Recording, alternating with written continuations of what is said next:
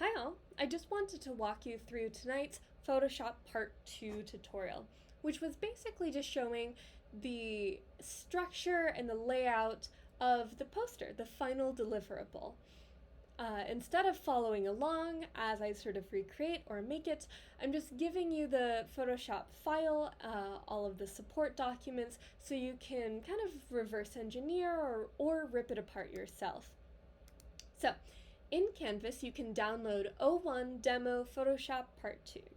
And in the zip file, you'll find Final, Support, and Working. Now, in Final, this is the final PDF of our project. So, it is the poster, the thing that we're going to be printing.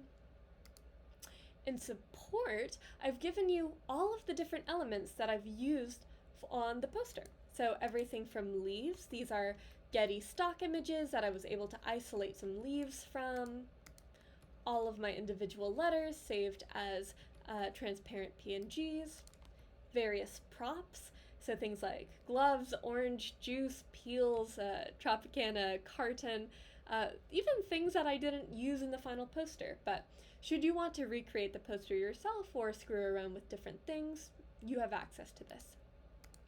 We've got a paper texture.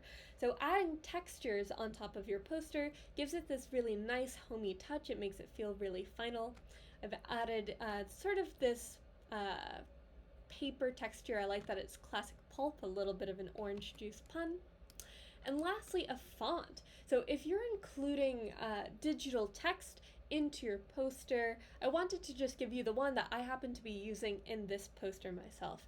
Because this poster was supposed to feel very analog, kind of handmade, handcrafted with the orange juice and the farmer, I wanted to use a typeface or a font that felt like it was done by hand. Ideally, you can write all of the text yourself and scan it in, but this is a really great sort of handwriting font that doesn't feel too overly designed. Now lastly, we're going to be opening up Working, which is our demo Photoshop document. So I'll give you a little walkthrough of this document and kind of how I built this from scratch. In our Photoshop tutorial, I had a blank document that we were going to sort of recreate this entire poster from scratch, and you were going to follow along with this as a guide, but I'm really just going to give you a tour of this poster for now. So, building it from kind of like the bottom up, the first thing I did was looking at the sketches that I created.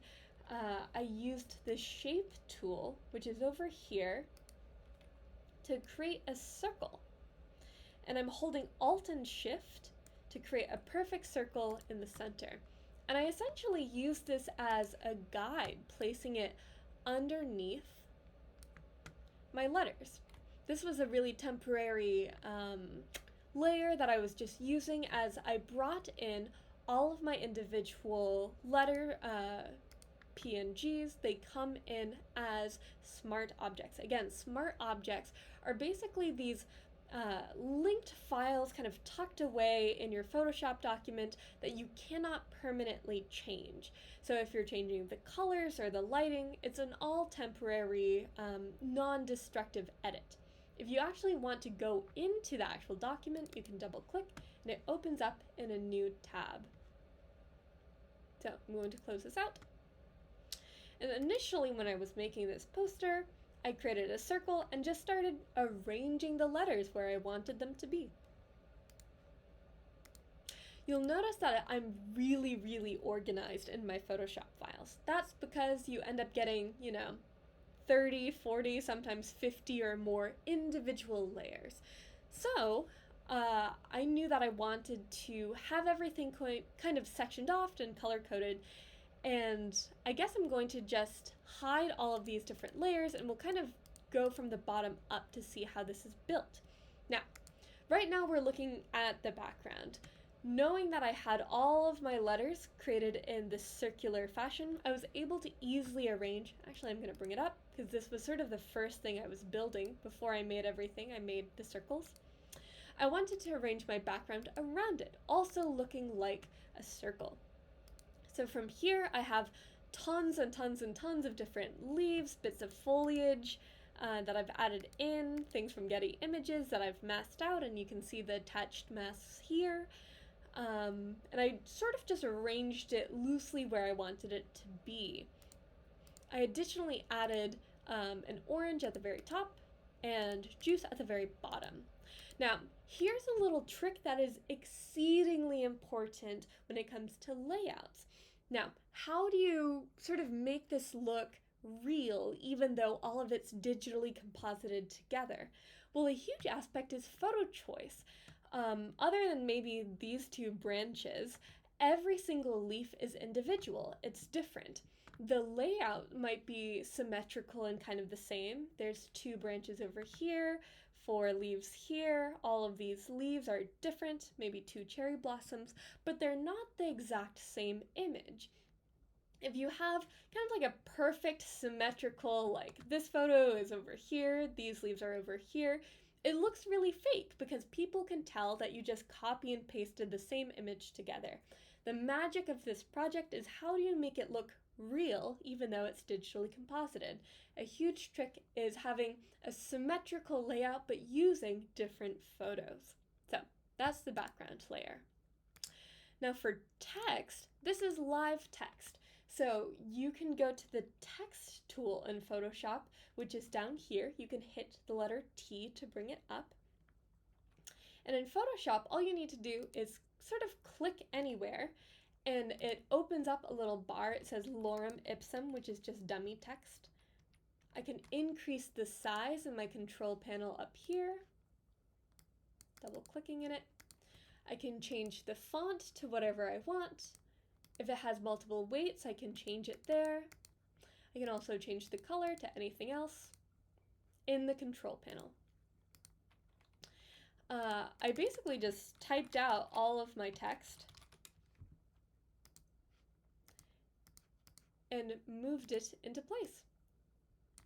So I'm going to delete that right here, but that is where all of my text comes from. From our and to yours is digital text.